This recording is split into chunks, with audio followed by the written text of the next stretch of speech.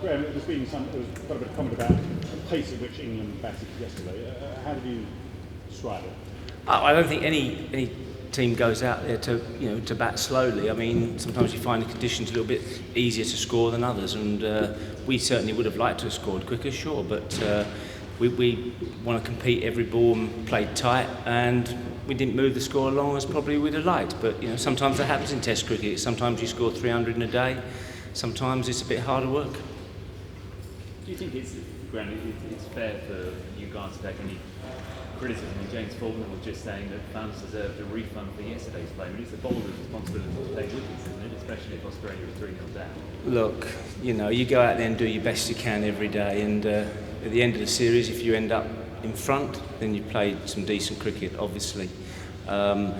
You don't get... The game doesn't always go the way you'd like it to when you sit down in your team meetings and you plan out what you want to do. I think the Australian fast bowlers have bowled exceptionally in the last 2 or 3 tests, and they've really put our top order under pressure, and credit to them. Ryan Harris, Peter Siddle in particular have been exceptional, and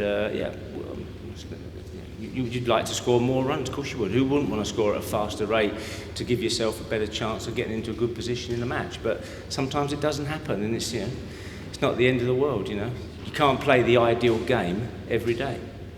And frustrating a bowling team is part of Test cricket, isn't it, Graham? I mean, that's why it's a Test match and not 2020. Sometimes people forget. Well, it's irrelevant, isn't it?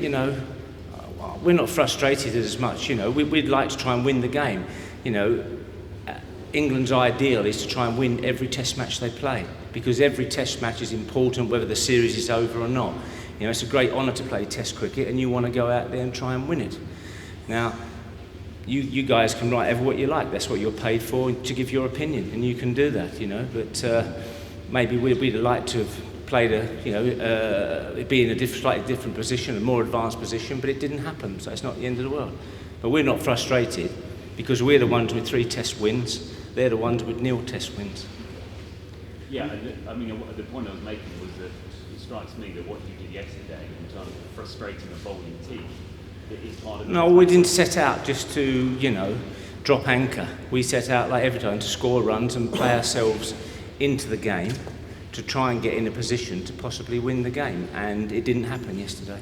So, I wouldn't say we're over the moon with the way we play, but we're not unhappy either, because it was a tough day and we didn't probably get the runs we'd have liked to. As I say, sometimes you score quickly, sometimes you don't.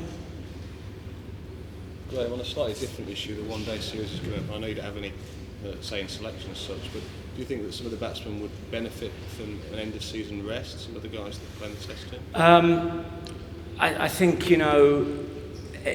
with the amount of cricket that's played nowadays, I think you have to, at the end of each series, you have to assess each player what would be of benefit to him, whether to rest, whether to play the series, whatever. So I'm sure the England selectors and the management, Andy, will be sitting down, with them and discussing each player's merits and what would benefit them the best, going forward in the sort of long-term management of the players.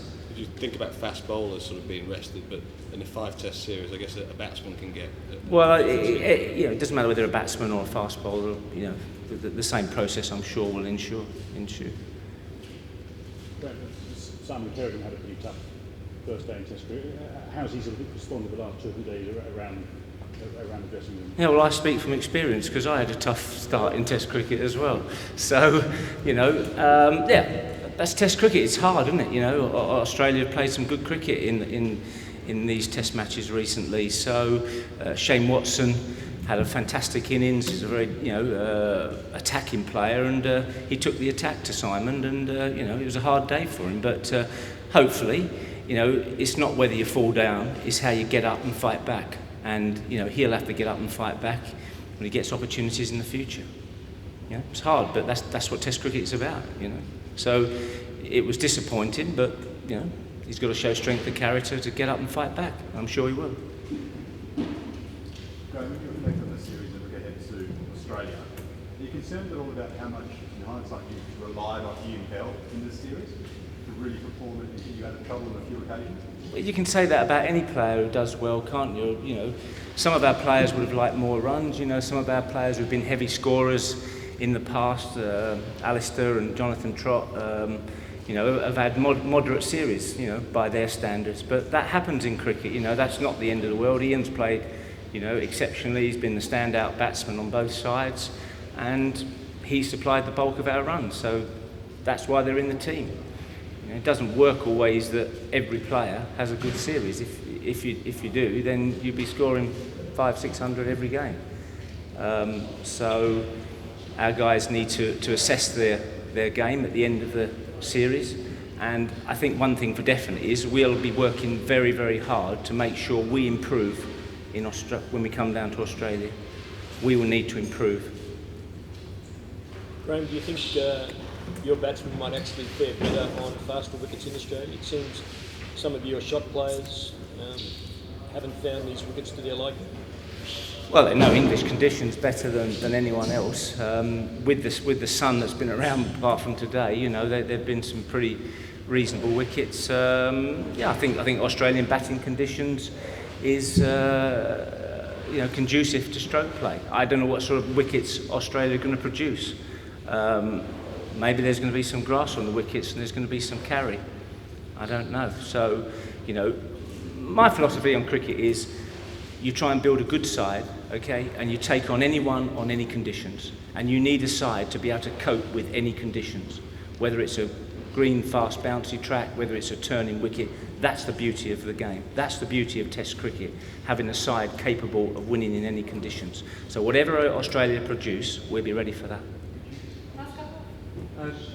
The batting group hasn't yet got across the 400 mark in this series.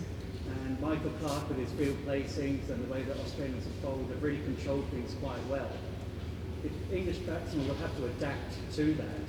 How easy will that be for them to change the way they bat to meet the challenge at these days? I think every Test player, you know, with the way that teams analyse opposition players, the way they bowl, the way they bat, the scoring areas, the electronic information you can gather on a player that backs up your own eyesight and your own feelings, every player has to adapt and find ways of dealing with specific field placings. You know, that's part of the game of improving, you know, of evolving as a player. So you might be quite right in saying that we haven't scored the big runs that we probably would like, but we've still won 3 games, you know. So we need to improve. What I just said, Australia have found obviously a better combination. I'm not really interested in talking about them, but we know that to beat Australia in their own backyard, we are going to have to be a lot better, both with the bat and with the ball. Graham, did Johnny Bairstow leave the squad with any sort of advice from yourself in terms of where his career is going to sort of go in the short to medium term? Well, look, you'd like to play everyone, but you can only play 11. And the selectors decided that we wanted to play 2 spinners in these conditions because it was a dry wicket at the start. It was quite brown. It looked like it might be conducive to spin later on. So you played 2 spinners. To do that, Chris Wokes came in the side to give us an extra bowling option, and Johnny Bairstow had to make way. It wasn't the case he was dropped. It's selection, isn't it? You play what you think is the best team to win the game. Whether you play 4 fast bowlers, whether you play 3 and 1, you know, you pick the best team. So to accommodate that type of team makeup, someone had to make way. So Johnny would accept that as a professional cricketer. He would go away and score runs for Yorkshire, hopefully, and put himself right in the frame for selection to Australia. So, you know, he's not been dropped in my eyes. I wasn't actually asking if he'd been dropped. I was more sort of talking about a sort of series. If you've had a chance for a series sort of debrief with him, given the... Well, I speak to him all the time because I work with him, and I spoke to him, you know, at the time the selection was made on the first day, and he obviously went off straight away to play in the game. So I didn't have a long sit down because he had to go to Nottingham on the M1 to get to the game.